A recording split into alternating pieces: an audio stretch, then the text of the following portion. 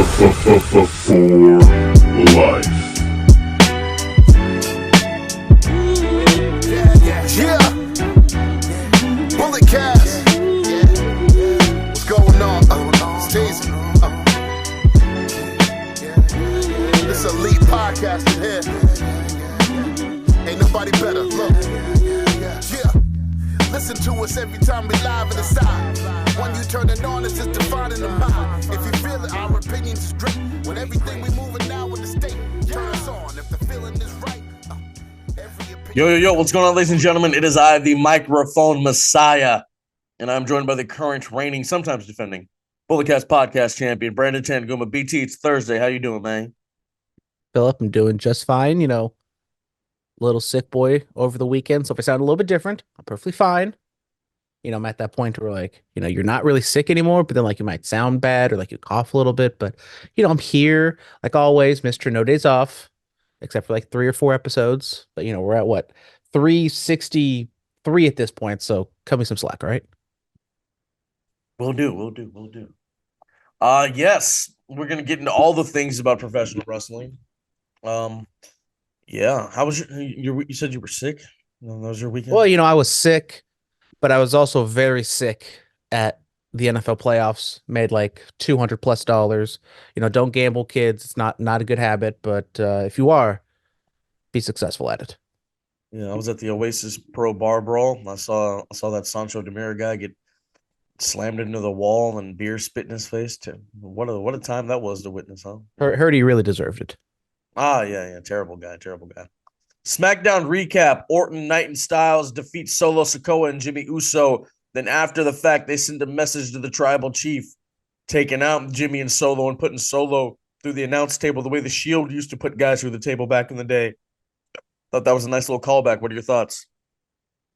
Yeah, it was fine. I continue to like the dynamic of Nick Aldis as the SmackDown GM. He's, he has a certain authority to him. He's not super heelish, but a little different than Adam Pearce and Solo and Jimmy. They just, when Roman's not there, something just feels kind of off. They just kind of seem like at just a much lower level than Roman. And when Roman's there, obviously he's not losing, he's not doing too much. And then when Solo and Jimmy are kind of by themselves, they're taking losses, and they're just as I said, Roman's there, the bloodline is the bloodline, but then when Roman's not there, they're kind of just fodder for everyone else on the roster to then have Roman get mad or Roman, show everyone up whenever he comes back. Yeah, there was that. There were. I don't know. There were. I don't know. I don't know. We'll see. We'll see. We'll see what happens with that. The Final Testament. That is the name of the group of Karrion Kross, Scarlett, Akam Razor, and Paul Ellering. And they want the Street Profits. I like this promo. I thought it was great. It was a decent little promo with Karrion and Scarlett. I think they have great chemistry when they do a promo together, and seems as though we might be setting up the 6-man tag at Royal Rumble. Maybe it's a SmackDown thing. I don't know, because 2 Royal Rumble matches, you don't want to have too many non-Rumble matches on the show. But yeah, I'm cautiously optimistic with Karrion Kross's group. As I said, Kross seems to have the look and the potential, but just hasn't really put it all together. So maybe it's probably his last opportunity, to be honest, in WWE to do something of note. And I think he knows that, and he'll probably try to get the best out of this. Absolutely. Hopefully they do well. I'm excited. We still don't have a name for the Profits and Lashley, huh? They're just the Profits and Lashley. I saw on Lashley's Twitter he posted Leader of the Pride, but then he was taken out of his bio. So I don't know. We'll see. Maybe they're still working on the name. Anyway, Outside of the Ring, Dark Side of the Ring is coming back. Season 5 will be airing in March. We don't know what the episodes are yet, but it's making its return. This may be their last season. I don't know what other stories they can tell. There's a lot of stories in the wrestling business. The good thing is, they've kind of covered a lot of the well-known stuff. Maybe they kind of dig a little bit deeper and try to, uncover some of those things that we don't know too much about, but that also might be hard to gather information on as well. But, fell a little bit behind in Dark Side of the Ring last year. Have maybe 3 or 4 still on the DVR that I haven't really touched, but um, they always do a good job, and they always kind of bring to light. And when the episode airs, sometimes it'll be like the discussion of the day or the week. So, I'm intrigued to see what they do. Yeah, I mean, I don't even think I saw season 4. I can't tell you what episodes were there. I know was it, they had an FMW one which I watched. Kind of like if I didn't know that much about it, I kind of would watch it. I think they had a Matt Bourne. No, Doink. What is Matt Bourne? Right, that's his Matt name. Bourne, yeah, Okay, sorry, Matt. yeah, Matt Bourne. I think they had one on him and maybe some other ones. And I mean a lot of them are kind of revolving around like that early '90s, '80s era. Okay, So, these do sound familiar now that you're. They had a Bam Bam one, right? Yeah, I I didn't see think they that. might have a JYD one as well. Okay, yeah, I need to go back and rewatch. We still need to talk Iron Claw. One of these days, maybe once it comes out on the cock or something, or no, it'd be on HBO because I think A24 signed a deal with the HBO. Now we'll get something going. We'll do an extensive Iron Claw review. Yeah. Black Taurus is a free agent. Black Taurus is an exciting talent. I've seen him out here in the Bay and West Coast plenty of times. Hopefully he lands somewhere, man. I mean, where where was he? Was he just in Mexico or? So he had a deal with AAA. Seems as though he might have signed with AEW / Ring of Honor. But then the other thing is AAA owns the Black Taurus name, so he might have to go through something else. Maybe he's like, I don't know, Black Toro or Black, something that's related to a bull. But as you said, I've seen him a few times at West Coast. He's a good wrestler. Character wise, I mean, he has a good look. I don't know too much about like his English or his promo style, what he can really do, but he has a different luchador look, which I think could help him. But AEW has a lot of luchadors and a lot of wrestlers that are good wrestlers, but they just kind of get I thrown into don't the mix. I They don't have their know. I'm sorry. I don't know why, but NWA. I feel like he would go there. I don't know why. I'm getting those vibes. I mean, after someone did some booger sugar on a pay-per-view, I don't know how much money they got to be signing free agents. No, I mean, did they get the CW deal? CW app. Okay, well, yeah. I don't know. We'll see. We'll see. Speed of recovery to Bruce Pritchard had a surgery. Don't know the severity of it, but speed recovery. Grayson Waller, Sunrise TV. So Grayson Waller and LA Knight, yeah, we're promoting Elimination Chamber coming to Perth, Australia.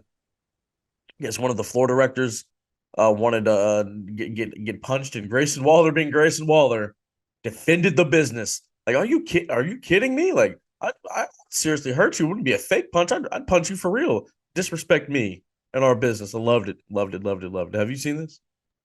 I have not seen the video. I did hear about it last night when I was listening to a podcast, and I meant to go look at it. I forgot, but I mean, this is great. I mean, we haven't seen in this day and age. I think people kind of see wrestling for what it is, and wrestlers themselves aren't really kind of about that business anymore because they're not pushed like they were back. Like what The Undertaker did it in like the early 2000s. Roddy Piper on Bill Maher, and countless others. Obviously, like Dr. D. David Schultz and stuff like that. But I mean, we haven't seen something like this in 20 years. And so every time it kind of pops up, it gets a good chuckle out of me. That's an open palm slap. Oh, Dave Schultz, man. Can we get Dave Schultz on this podcast? I'm Just do some. as long as no one tests them. I'll do some digging, man. I'll try. I'll try. I love Dave Schultz. Huge fan. All right, inside the ring, TNA Hard to Kill happened. Trinity is no longer the Knockouts champion. Moose is the TNA heavyweight champion. Yeah, a lot of things, a lot of shuffling was going on. It looked like a packed house. Looked like a good size crowd. I love the aesthetic. What were your thoughts on seeing all this? I agree. The aesthetic looked very nice. It was at the one of the Las Vegas casino arenas, and it did look different. I like that. Trinity, dropping the title to Jordan Grace looks as though she's on her way out of Impact. Wasn't Jordan Grace a free agent? Didn't she leave Impact? I don't know. I was confused. Yeah, we reported that. So And in perfect TNA fashion, because they're back. TNA's back, baby. They signed former WWE wrestlers Dolph Ziggler and Dana Brooke. So yes, TNA is all the way back. Ash by Elegance. That is what Dana Brooke will now be known as. And then Nic Nemeth showed up, super kicking the new heavyweight champion, tearing off, I think it was a Motley Crue shirt and showing TNA. Dolph Ziggler's been I mean, making the rounds, bro. I mean, in the past, what, 7 days, we've seen him associated with New Japan, TNA, and GCW. Coldest Winter 2, the match that's what, a decade long overdue. Nic Nemeth will wrestle Matt Cardona, so that's going to be something. February 3rd in Los Angeles, at the Ukraine Center. So yeah, that's going to be on and popping. And the New Japan Battle in the Valley was out here. Saw a couple boys. Got to hang out with some of the boys from that, so that's cool. But Jungle Boy showed up out of the crowd, tore up his AEW contract, and he's now with New Japan. Very interesting. Obviously, I don't think he's like fired from AEW or anything like that, but him going to New Japan strong, presumably, maybe working more in the States in that elk. I'm intrigued to see what he can do. Yeah, I mean, he's definitely got to kind of rebuild his reputation, his character after the whole CM Punk incident. So, uh, New Japan land on his feet, and hopefully he does something with it. Apparently, it's a really good show. Kind of regret not going, but seems like Battle in the Valley has kind of landed as like a very important post Wrestle Kingdom show for New Japan, especially New Japan Strong here in the States. I mean, after Battle in the Valley last year, how can you top it? Like, how can we top going after what happened to us? Exactly. Right. All right, Well, moving. I think Jack Perry knew that Punk was in the building last year, so he had to show up to this year's. He's just that petty. I see. Yeah, it's all comes full circle. Right. We have fan mail from Mr. X, the Hall of Famer. Mr. X, who day? Yeah.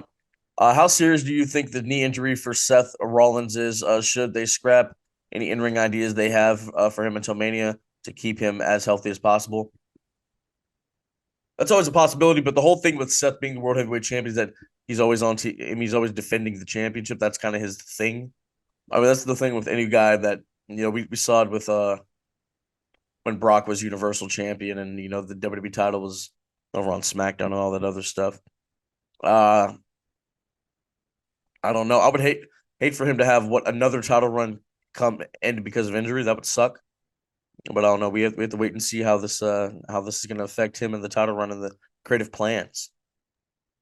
Yeah, we haven't really heard anything, which kind of leans it being bad news, unless they're gonna try to keep everything under wraps. But I think if there was some good news come out of this, if he was, he's gonna be out for maybe a couple weeks, but he'll be fine. Maybe miss the Rumble, but won't miss WrestleMania. Maybe that I'm pretty sure word probably would have got out by now. But I mean, it doesn't kind of look it at this point, and you kind of got to reshuffle because how would word get out? Isn't that HIPAA? Oh, you can't. well, I mean, that is another thing, but I think just the rumbles around the locker room or the rumbles around creative is like, oh yeah, he'll be fine. We're not going to know the exact what happened, but we'll just like, oh yeah, he'll be gone for like maybe a week or two or maybe a month, but he'll be fine. He'll make the Mania. But at this point, we haven't heard too much, which kind of concerns me. I mean, remember he got an injury like when Samoa Joe debuted, and like he landed the wrong way. It's not Joe's fault, but like he got like slightly tweaked his knee, and that people were questioning like, oh, is he going to make it to 33 to face Hunter, and he did. So we'll have to wait and see. He also asked, when Serena Deeb comes back, should she be the first female member of the BCC? Are they baby faces or heels? This has been an issue with the BCC for just pretty much forever because everyone loves Danielson, everyone loves Moxley, Claudio kind of take or leave it, and then everyone hates Yuta. So it's like no one really knows how to feel about them. Because she released that statement about what she went through in her medical crisis. She would have to be a babyface when she comes back. I mean, I don't think she has to be. I think a lot of people don't even really know why she was gone in the first place. And I think her character when she left was so good that I wouldn't want to tweak too much of it. So I maybe would go towards her being a heel, but if she wants to be a babyface, I think she could do that as well. But I think right now, like the women's division kind of lacks upper tier heels. So I think maybe Serena Deeb could fit in that role. We'll see. He also says, "Love what R-Truth has been doing with the Judgment Day these past few weeks, but is it adding a bit of silliness to the group that hurts them as a dominant faction in WWE?" This is a topic that's been talked about on the internet. Let me ask you a question, man. Peter Rosenberg said this on Cheap Heat this week. Are the Judgment Day as hot as they were 6 weeks ago? I it's kind of hard to gauge how hot a whole group is, but they seem kind of around the same. War Games. That's the gauge. Eh, I feel like they've kind of maybe, if anything, maybe like a little bit less, but I think that's just kind of the overall time of WWE.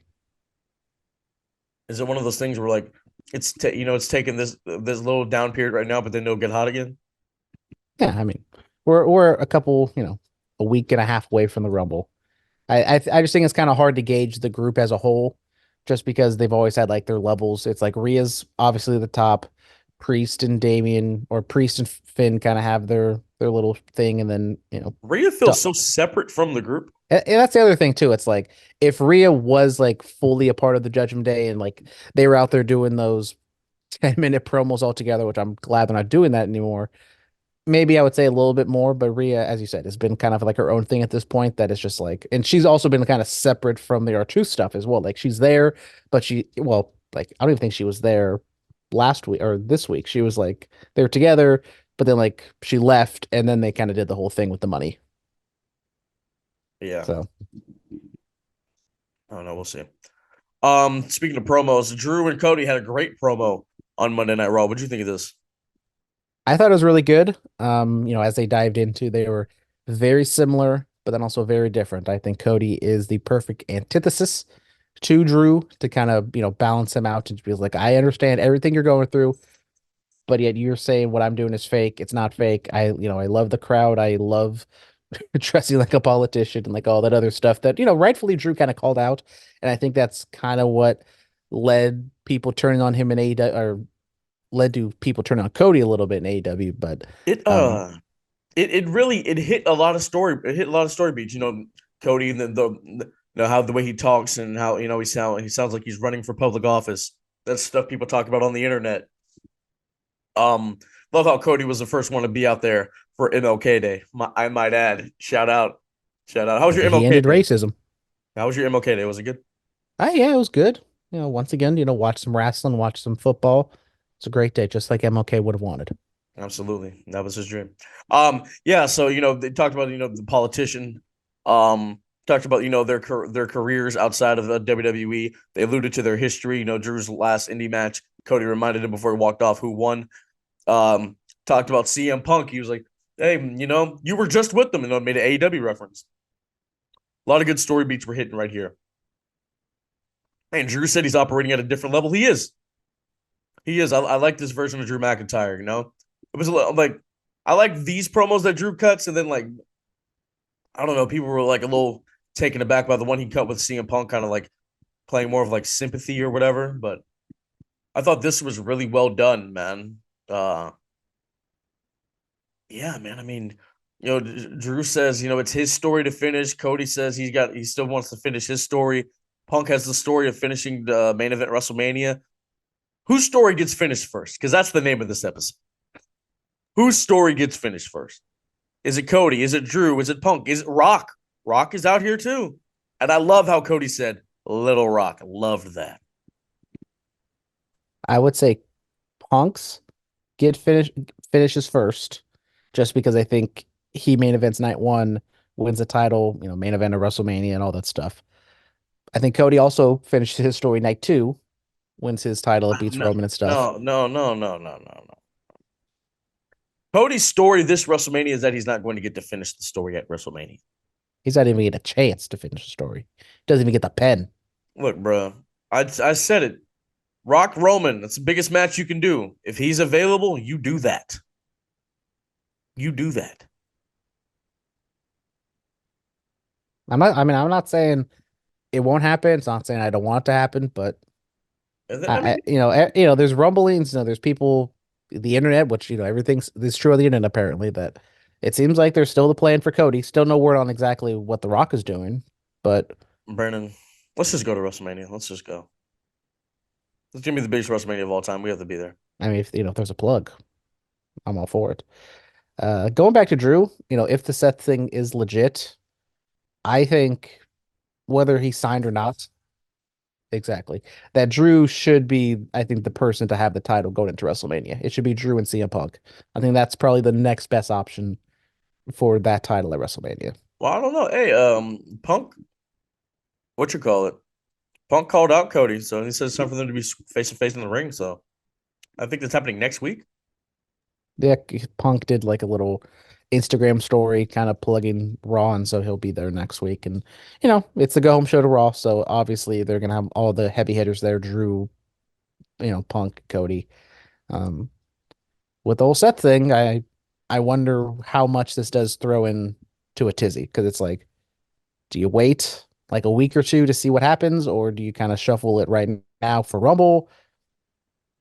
No clue. And I think Punk needs to win at Mania. I don't think you just give him the title either at Rumble or at No. Elimination. I mean, who knows?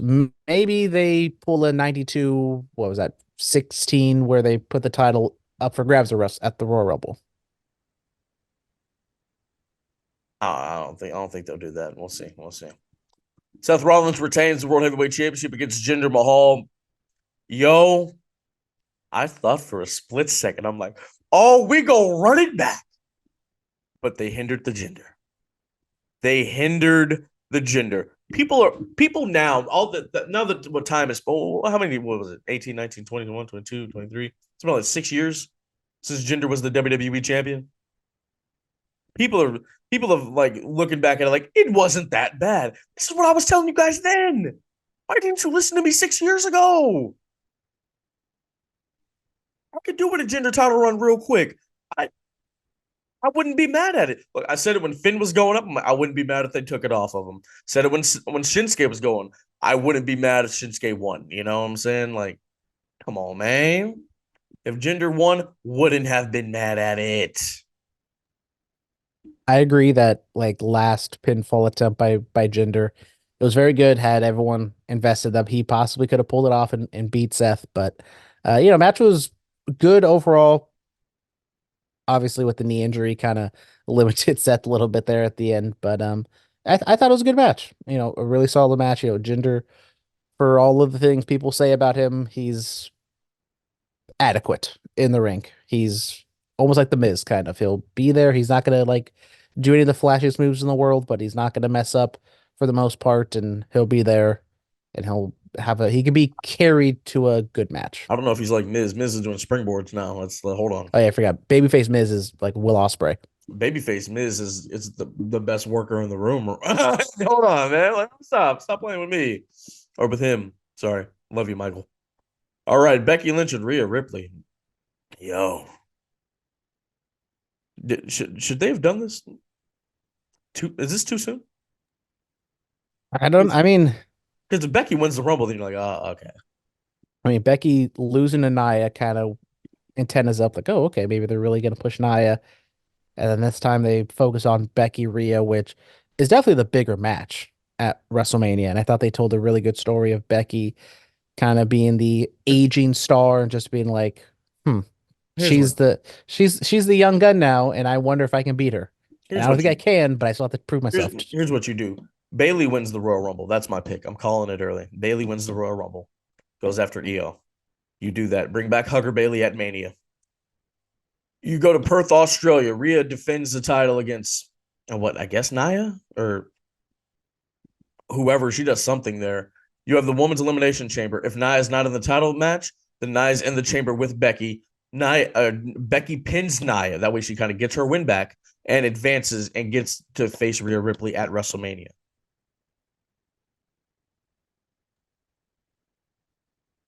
I think we do get Becky and Rhea at Mania. I don't know how we get there through the chamber, though. I think Nia and Rhea in Australia, Rhea's going to get the big hometown reaction. It's definitely not, it's not Hulk Andre with the slam or anything like that, but I think maybe almost solidifying her as kind of like a baby face, or maybe even like the jumping off point for her to be a baby face. Then you can do a couple things. Like you could run this back. I remember was it no Mert? Oh no, No Way Out 2009. Edge lost the WWE Championship in the first chamber. Then when Kofi Kingston made his way for the World Heavyweight Chamber, Edge attacked him. Boom, and then went into the chamber. You could do something like that where and then Nia's done something like this before. She attacked R-Truth at the men's Rumble a couple years ago. Her and Rhea go on before the women's chamber. Rhea gets the job done. Nia's not happy with it. Whoever's in the women's chamber, let's say, I don't want to just bury anybody. I don't want to throw anybody under the bus. But whatever wrestler is going to make their way, Nia comes out of nowhere. Chelsea Boom. Green Karen's her way into the Elimination Chamber. Sure. She And then threads a lawsuit against Adam Pearce. Sure, something like that. Nia attacks her. Boom. Nia takes that spot in the pod. You can do something like that. Boom, book it. Yep, right. Damien defends R-Truth. And tell us about this. Yeah, I mean, apparently, R-Truth is selling bootleg shirts outside the arena, even though it's like 5 degrees and like a winter storm outside, apparently, at Little Rock, because some wrestlers had some trouble getting in, and the crowd, I guess, had some trouble getting in. But, now Damien, I guess, has turned around on R-Truth just because he's pulling in some cash. So a little wrinkle to the story, which I got a kick out of, I must admit. I was like, oh, okay, I did not see this coming. Money talks. Yep. AEW Dynamite, tell us about it.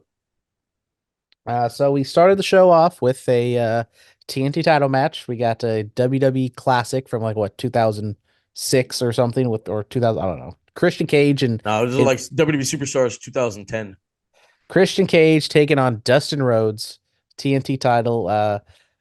Decent match, a lot of chicanery on the outside, and Christian gets the win at the end of the day. Copeland is kind of just doing his thing over on Collision, doing open challenges against like low level guys. So I don't know The Copeland Open. if they're gonna clash anytime soon. Maybe at Revolution, I don't know. Um, Renee Young or Renee Paquette did some interviews backstage, one with Hangman, one with Swerve separately. They both just kind of established themselves and talked about the lay of the land and how they are looking to be champion. And I just thought they were very good, very straightforward. Swerve kind of saying God can come down, and I think Hangman has a chance to beat him, but yet he still hasn't beaten me. And then Hangman kind of responds to that and just like, look, Swerve, we've had our differences. I'm not really trying to go after you, but I'm trying to win that title. And if I, got to go through you to get the title, then so be it, basically. So I thought it was just very straightforward sports like stuff. It kind of adds a little umph to Hangman, And also add something to the title. We rarely Yeah. have multiple acts going after, or at least establishing they want to win that world title at the same time. Yeah, whatever you do not do a tournament because they do too many of those. I would assume we're getting some sort, probably a triple threat match at Revolution, which They not don't the do biggest fan gauntlet- of. They don't do gauntlet matches, huh? Because Nah, WWE, that's one of their specialties is the gauntlet match.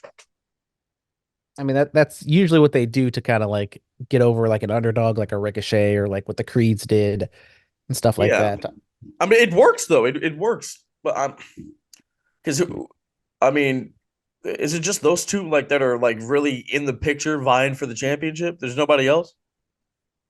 Not really. So that's why I'm saying a triple threat match seems pretty likely. All right, we'll see. Uh, Jay Briscoe tribute.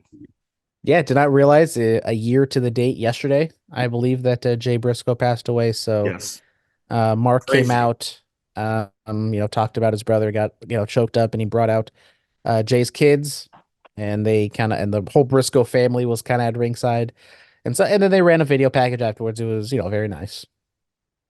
I mean, his daughters being able to walk out there, they were damn near paralyzed in that accident a year ago. So glad to see they're doing well. That's crazy, man. Oh man. Hope they're healing. I mean, it never gets easier, but I hope they are healing. The Young Bucks interview. I didn't see it. I read about it. Tell us. So we had another this one was a full sit down with Renee and the Young Bucks dressed up like they were last week, in their suits and their funny hats and their mustaches. They wanted to be addressed as Nicholas and Matthew Jackson. They talked about how they're EVPs, and at the beginning of AEW, they set out to become, well, I forget what their exact words were, but they wanted to start a revolution, all that good fun stuff, and they want to get rid of the older generation. That starts with Sting. They don't have anything against Sting, they just hate what Sting represents. And they leaned into the rumor and innuendo on the internet about themselves, which I don't know what that is supposed to mean.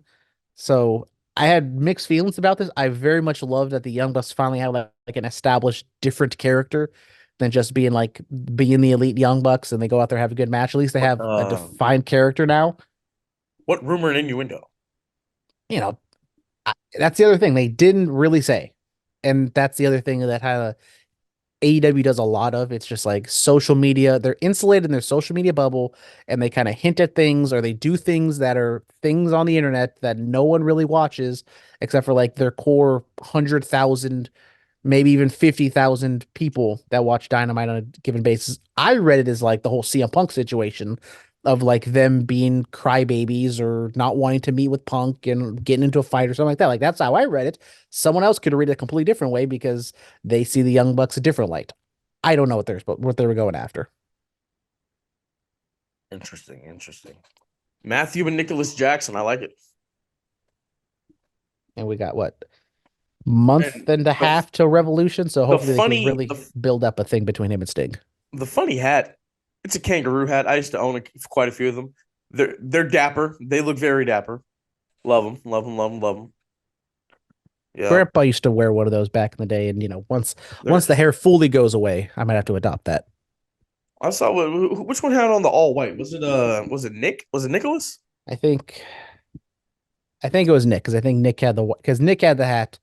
Matt didn't have that because I've noticed Nick's going a little bald up top. Oh, Nicholas, trying to get in his little dapper era, in his little Batista era, Shout out Batista, it's his birthday today. Happy birthday to the former heavyweight champion of the world. All right, Samoa Joe defeated Hook to retain the AEW title. Hook kicking out at one of the Muscle Buster. I've always been a proponent of the one count. Don't want to use it too often, but I thought this one was definitely useful in this situation. A really good match.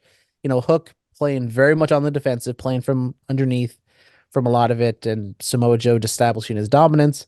But yet Hook kind of seemed like a resilient ass kicker, so I thought they got over where they needed to in this one. I like the new AEW title. It was like a darker metal. Well, as long as it's not that Burberry title anymore, I'm all for it. I mean, you could hardly notice the Burberry strap. Yeah, but then when Samoa Joe won it, that like 30 seconds he was actually on television at World's End, it just did not look good on him.